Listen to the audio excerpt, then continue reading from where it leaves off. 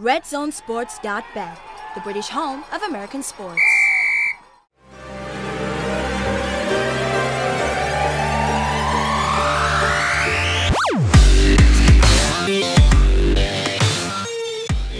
Hello and welcome back to the SportsHeads. My name's Sam Morgan from Verge Magazine, and today I'm joined by Josh Peacock of Gridiron Magazine and Warren Bias, who's part of RedZoneSports.bet. Firstly, I'd like to start with today. Been an emotional day for me and Warren, who managed to go and visit the funeral and the goodbyes of Kevin Cadle, who was the co-founder and started the SportsHeads. How did you find it today? Yeah, I thought it was incredibly moving. It was funny. It was everything. It was like The Man, really, wasn't it?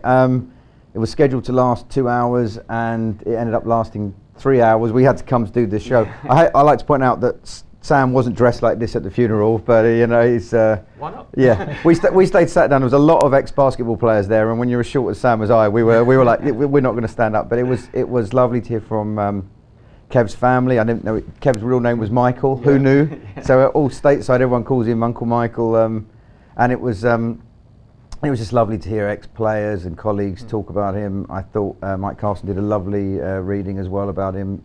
So it was an emotional day, but a warm and a day filled with laughter as well as tears. 100%. And I still can't believe how many people he spoke to on a daily basis. Yeah. So, you know, the fact that he had time to speak to us, but it was over sort of 800 people in that church, and I'm sure everyone could have stood up and said. It was the funny thing, Josh, was that everybody was sort of saying, I had a really special relationship with Kev. He would call me every week. We had such a unique relationship. He just used to give me advice. It was just so special. And the next person would come up and go, I had a really special relationship with Kev. He would call me every week, and you're like, my God, he must be like, just as you say, calling everyone. But I think that's a measure of the man. You know, I didn't know him long, but he was always so generous with his time and so warm and funny. So it was a special day. That's it, and it was a special day. And as Kevin would say, keep the show going on. Last week, okay, I would like to say we're going to review the NFL, but could we say boxing? What happened last week? Well, it was like a cartoon, I thought. I mean, I did the AJ Green one especially.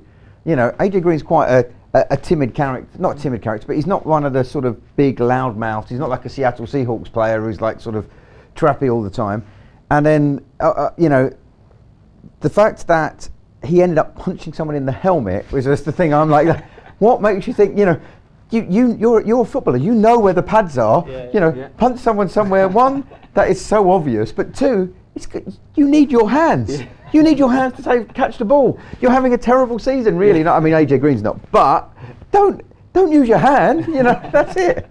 That's all. Anyway, that was just that was my thought. But also the fact that Jalen Ramsey got chucked out. I mean, it was like you got chucked out for being hit. It's just it seemed.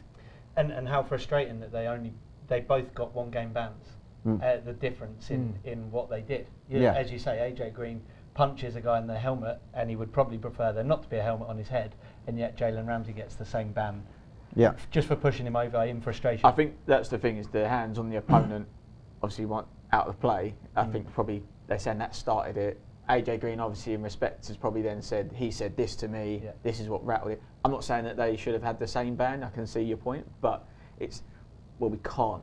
I think because all that's going to happen, you give him 3 games, he gets 1. It's going to get appealed, and we end up, you know what it's like with appeals, because we've seen Elliott I do think Jalen Ramsey is. I thought it was a bit outrageous myself, because what he did was in the rules of the game. You know, if he gives someone a push and you get a flag, it's not, and that's his job. His job is to get under the wide receiver's skin, you know what I mean? And it's not the first wide receiver he's got under the skin of this season, because he's having a hell of a season. Yeah, he's sensational. I think there should be a special mention to Miles Jack in that whole palaver as well, who just came in at the end and bulldozed him over the top. Kind of rugby style, which I really liked as well. So I think special mention to Miles Jack. Clearing him out. And you've also got to go to the Saints game as well. You know, them two get chucked out of the game, and if you're like me, unfortunately tipped up the overs in that game, you get hit by the fact that you lose the running back Yeldon beforehand, and then suddenly AJ Green's out of the game. My overs bet was gone. Do you know what I mean? It was, you know, so. Do you want to go over your predictions again? No, I don't. I think we want to. Yeah. It was. I think also when you go over to the New Orleans as well, that was. I mean, I don't quite happen. You know, Jameis Winston. Yeah, he shouldn't touch another player, but then the whole thing that happens then straight away comes over. There's Mike Evans coming in, and like, what was he thinking? It just doesn't make any sense, you know. Well, it's funny you mentioned Jameis Winston. I think there was obviously something in the air there. Did you get to see his warm-up speech before the game? It's very bizarre, wasn't it? It's not the first weird one he's done, though. That's the only thing. He has got previous. And also, I like to say, do you want to eat a W? I had him in my team. I had him in my fantasy team, and he got me 2 points. But okay, he was injured and got out. But you know, you're like, when you're having the season they're having, you know, do you want to eat a W? Similar to AJ Green though, who might be damaging his fist. Yeah. I mean, if he's actually going to eat the W, he's eating three fingers, yeah, that's it, which is also a dangerous proposition. Yeah, absolutely. I've been there in some strange sort of team huddles and pre-game rituals, but I could see myself in that circle where everyone was like, "What is he doing? Like, what is going? This is supposed to be inspirational." It was like, "Where's he going with this? Is this going to change into something?" And I know that myself, even at the very start of the play, I'd still have that in the back of my mind. What is he doing? So he's got clear freedom to be inspirational in that franchise. It's not really working, is it? No, true. But I mean, you watch Hard Knocks, you know, in the lead up to this season. They really have put it on him. You know, franchise quarterback, you do lead this team. And he's a young leader, isn't he? He feels. Some of them come out and, you know, from college, and you go, yeah, that's a lead. I'm not sure it sits so well with him personally that level of responsibility yet. Or he knows the right type of leadership. Yeah. There's time for a motivational speech, maybe. Yeah, there's time will tell whether that eating a W will catch on with other people. But yeah, next point. Philly, the Eagles, Super Bowl favourites now? Yeah, absolutely. Sorry. They're 8-1. Yeah. They're 8-1. Yeah. They've got a quarterback who's on fire. They had a good running game in LeGarrette Blount anyway, and now they've got J.J. You're 8-1. You've just put a 50 burger on a team that had the supposedly best, with a fantastic defense. Second best rushing defense, and they've just destroyed them, as you say. Yeah. I think the thing about Philly is that it looks like the best balanced team in the league. It's balanced on defense. They've got some ferocious pass rushers. They've got the whole team. It's hard to score on that team, and then on offense, as you say, they're clicking really nicely. The offensive line, even after losing Peters, is stood up, and they're getting some running channels. So now, and then when you put J.J. into that, as you saw last week, suddenly he can't score a touchdown all the time in Miami, and then suddenly he's there and he's flying already. He must feel great as well. I mean, I can't knock anything you just said there, guys. I think they are 8-1. Who's going to stop them leading up to the Super Bowl? Is there anyone you would then say is going to be the stumbling block if they do reach the Super Bowl? I think there's plenty. When we see plenty of teams go off fantastically. I mean, we talked about the Jags before. I said Yeldon instead of Fournette, but that's a team that suddenly you're looking at the Jags and going, well, okay, Blake Bortles a quarterback. You don't think he can get the job done, but suddenly they're looking like a team that's clicking. And is anybody really going to be wanting to play them? The Cowboys. We talked about this a couple of weeks back. The Cowboys could go into Philly and win in the playoffs because it's a regular game for them. They won't be overawed about playing Philly in the playoffs. And you could left. It looks like the Rams now could, as we predicted. I like to point out that Rams could take that division. So then suddenly Philly could end up playing Seattle really early if Seattle make it into the playoffs. So although they're favourites and quite rightly favourites because they've got this fantastically balanced team and as I said, I really like the defense as well. They could, it's too early to be crowning anyone yet. But obviously I'm a bookmaker and I get very depressed the fact that somehow no matter what happens, New England Patriots turn up every year and cost me a load of money. But that's but everything else I still think is up. I mean, Philly are going to the playoffs, but talk of them winning the Super Bowl or being Super Bowl favourites, they're the favourites, but it's still only halfway through the season. Okay. Next point. Leonard Fournette. Now, great start to the season. rookie, seems to be doing everything right. Last week, out of nowhere, was it a couple of hours before, and we suddenly find out he's not playing? Is it again kills my overs bet? It did kill your bet, yes. But I mean, is it all it seems? Was it just the fact that he's breached one rule, or do you reckon it was something that they were trying to protect him from? I personally think you've got an old school coach and you've got a rookie in the NFL, and he's being taught a lesson. I don't see it as being much more than that. I think to make it into something more than that is making a mountain out of a molehill, if I'm brutally honest. You know, best running back in the league so far this year. He's stepped out of line. You've got an old school coach who is really beginning, and a GM, and they're really beginning to turn things around at that franchise. They've had a losing mentality with no leaders in that locker room. And he's playing hard line with him and saying, you've got to buck your ideas up. I loved it. And we loved it because it came off. Doug Marrone, as you know, he's gone, you are our best player, and yet you've missed it. I think it was a team photo, a medical appointment, and then I can't remember what the third thing was. Late training. Yeah. And he's gone, pure Tom Coughlin, he's gone, that's it. I mean, Tom Coughlin, if you're 5 minutes early, you're late. You know, he's gone, no, you're benched. And it was a big risk because, you know, they're not, you know, they're only getting used to winning now, you know what I mean? And the Bengals coming in, although the Bengals aren't having a great season, the game could, if AJ Green had stayed in, it could have gone the other way. Yeah. It's not, and I think it's fantastic for that organisation. It's one of the reasons why not just me, who cares what I think, but why you would put them up on your power rankings, because suddenly that is a real identity thing. That's like, no, we're not having any of this crap. This is our team. No one is bigger than the team. And if you want to mess around, then you sit out. And I think that could be one of the best things that could possibly happen. I think it was brilliant. I mean, you bang on as well. The Bengals could have disrupted the Jaguars season. Yep. They've got the weapons too. They've got AJ Green. They've got Joe Mixon as well. But the Jags closed out that game. Fantastic defense. Did it without Fournette.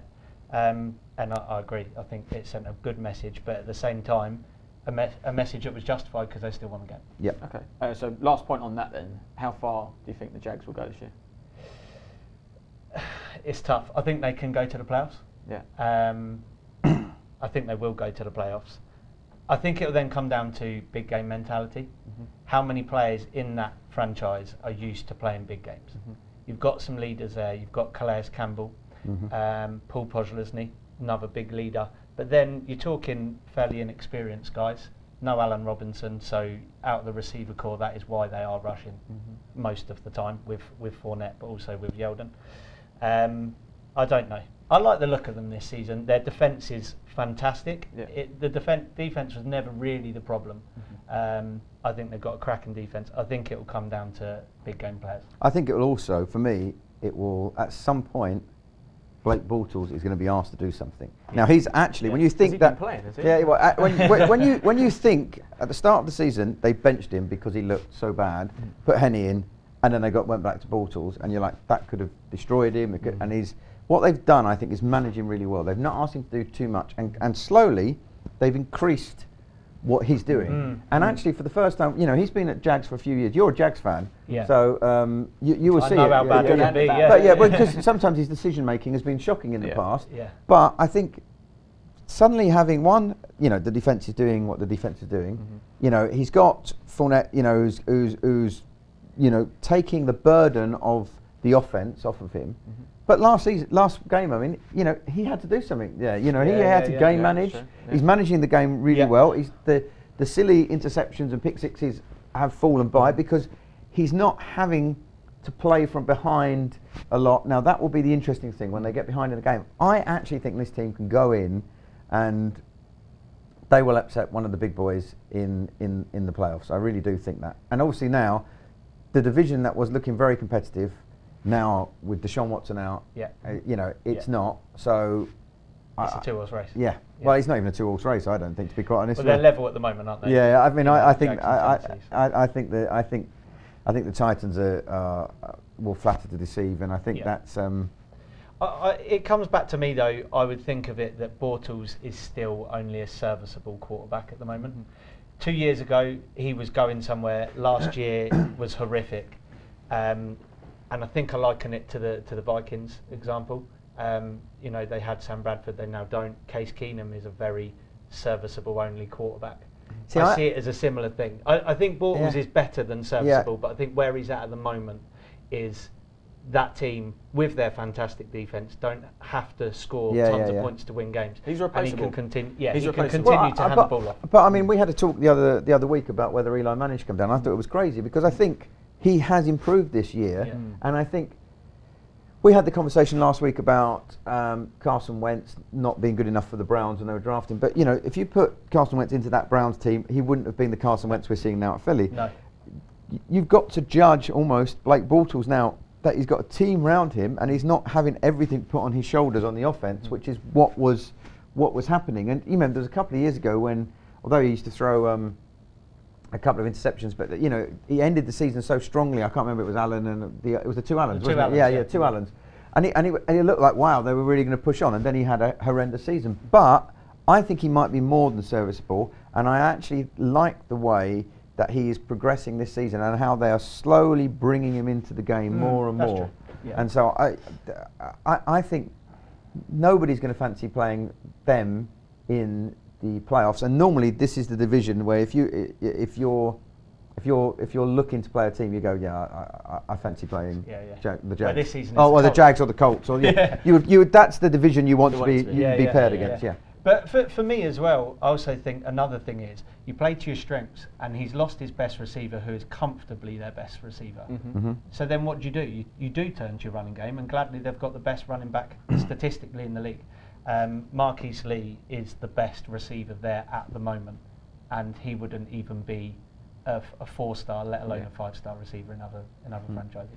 I got a little bit more than I thought out of the Jaguars chat there, but Jags fan, you know, he's going to talk about the Jags, isn't he? Too much leeway. Getting too excited this season. But guys, Josh, Warren, Sam, we are the SportsHeads. We'll see you soon. RedZoneSports.bet, the British home of American sports.